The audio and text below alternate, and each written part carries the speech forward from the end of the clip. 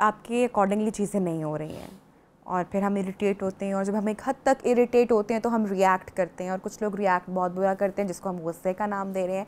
जब ऐसी सिचुएशन में हम हों, सो क्या करना चाहिए? कोई ऐसी टिप, कोई ऐसी एक्सरसाइज मैं चाहूँगी कि आप हमें सिखाएं या बताएं। अच्छा देखिए, 2-3 चीज़ें हैं। सबसे पहले तो आप ये सोचें जो चीज़ आपके इख्तियार में नहीं है, कुछ चीज़ें हमारे इख्तियार में है, कुछ चीज़ दूसरों के रवैये हमारे इख्तियार में नहीं है, ठीक है। दूसरों के एक्ट हमारे इख्तियार में नहीं है, दूसरों के अल्फाज हमारे इख्तियार में नहीं है। हम उस पर परेशान होना, उस पर हमने इरिटेट होना तो बेवकूफ़ी है मेरे ख्याल में। तो सबसे पहले ये देखें क्या चीज़ ये आपके इख्तियार में है। अगर आपके इख्तियार में है तो उसको बेहतर करने की कोशिश करें, और आपके इख्तियार में नहीं है तो कोशिश ये करें कि उससे पीछे हट जाए, थोड़ा सा बैक स्टेप पे चले जाएं। अगर आपको गुस्सा ज़्यादा आता है, 2-3 चीज़ें मैं आपको बताऊंगी। गुस्सा ज़्यादा आता है तो सबसे पहले देखिए वाटर थेरेपी होती है, बड़ी इफ़ेक्टिव होती है। सबसे पहले तो आप पानी का इस्तेमाल करें। इस्लामी तरीका भी यही है कि आप पानी का इस्तेमाल करें, जितना आप पानी पिएंगे आप डिटॉक्स होगा आपका गुस्सा, ठीक है। नंबर 2, आप खड़े हैं तो बैठ जाएं, बैठे हैं तो लेट जाएं, उस सिचुएशन से हट जाएं।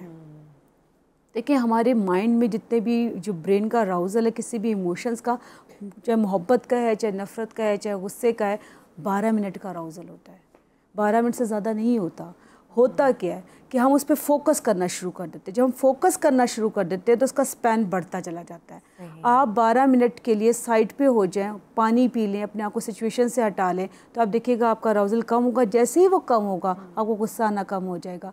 हमेशा रिस्पॉन्स करना सीखे, रिएक्ट ना सीखे। That's amazing. देखिए रिएक्ट करना क्या है कि आपने मुझे कुछ कहा, मैंने उतनी ही प्रेशर से आपको कुछ कहा, आपको भी जितने आपने मुझ पर गुस्सा किया मैंने उससे ज़्यादा गुस्सा किया, मैंने और भी टोन सख्त कर ली, मुश्किल अल्फाज इस्तेमाल कर दिए, सख्त अल्फाज इस्तेमाल कर दिए। ये रिएक्शन है। You have to learn the response.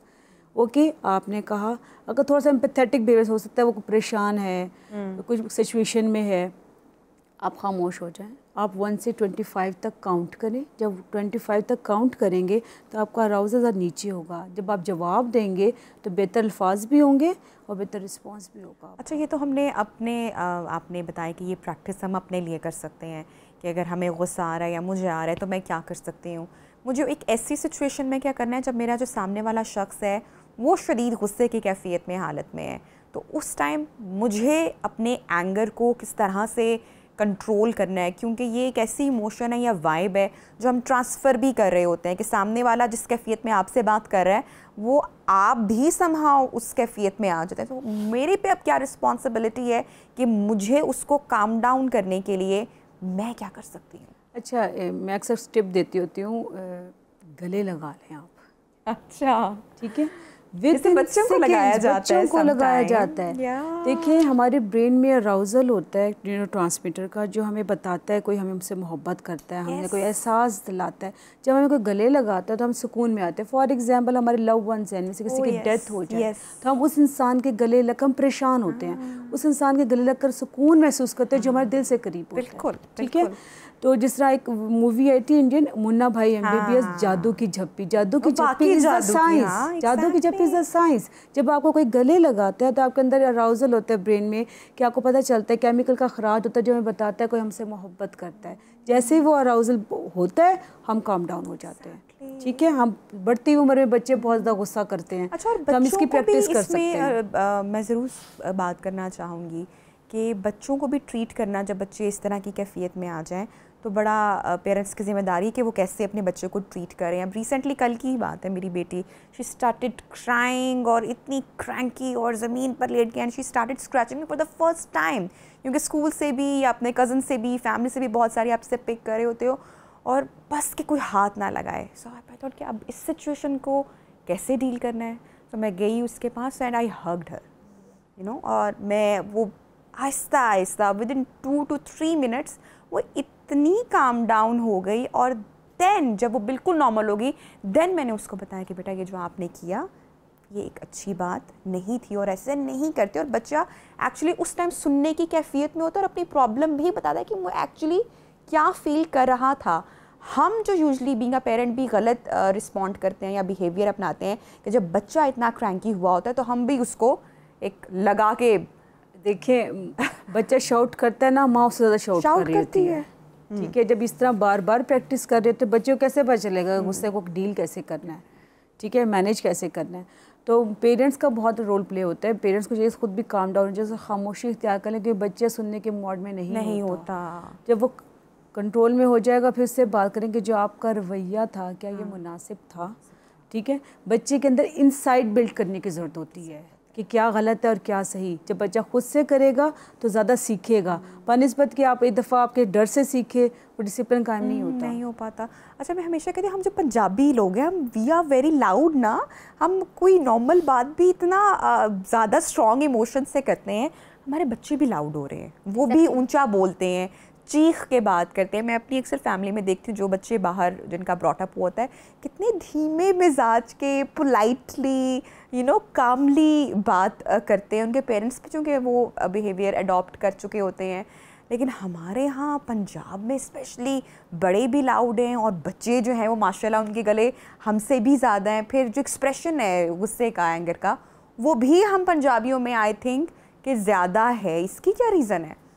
देखिए, एक तो जो मौसम होता है ना वो बहुत इफेक्ट करता है। अच्छा, मौसम के बहुत डिपेंड करता है। आपका जब गर्म वेदर ज़्यादा होगा, मौसम और खाने भी एक हमारी जो एक फॉर एग्जाम्पल अक्सर पेरेंट्स जो मेरे पास काउंसलिंग के लिए बच्चों को लेकर आते हैं, उनको कहते हैं कि चॉकलेट का इस्तेमाल एक्सेसिव ना करें। अच्छा, बच्चों को चॉकलेट हाइपर करते हैं। ठीक है। कैफीन, एनर्जी ड्रिंक्स, बच्चों को कोल्ड ड्रिंक्स, फास्ट फूड, ये सारी चीज़ें बच्चों को हाइपर करती हैं। तो पेरेंट्स को ज़रूरत है कि बच्चों को खिला क्या रहे हैं।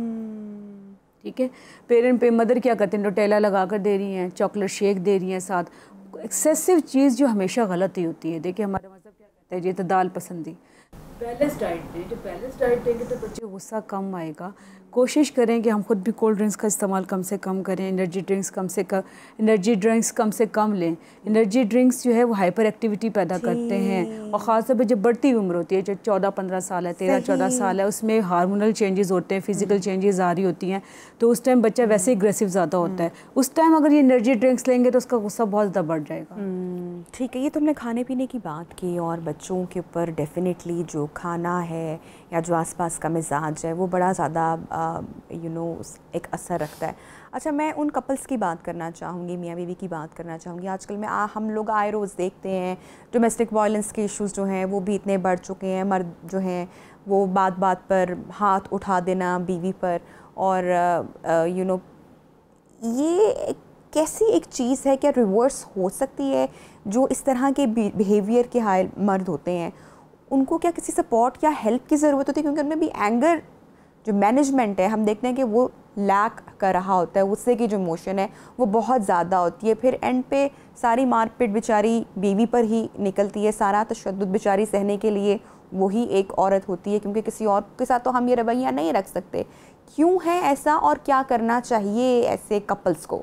देखिए, मैंने 2000 से ज़्यादा मैरिटल काउंसलिंग्स की हैं, तो जो मुझे कहते हैं ना क्रस्ट होता है, वो मैंने देखा है कि मेंटल कंपेबिलिटी नहीं होती आपस में, तो उसका हल है मिलता ही नहीं। देखें, पेरेंट्स देखते ही नहीं है। पेरेंट्स क्या देखते हैं, लड़का अच्छा कमाता है, हाँ, फैमिली कैसी है, बड़ा घर है, अच्छी सोसाइटी में इट्स फाइन, ठीक है, कर दें शादी।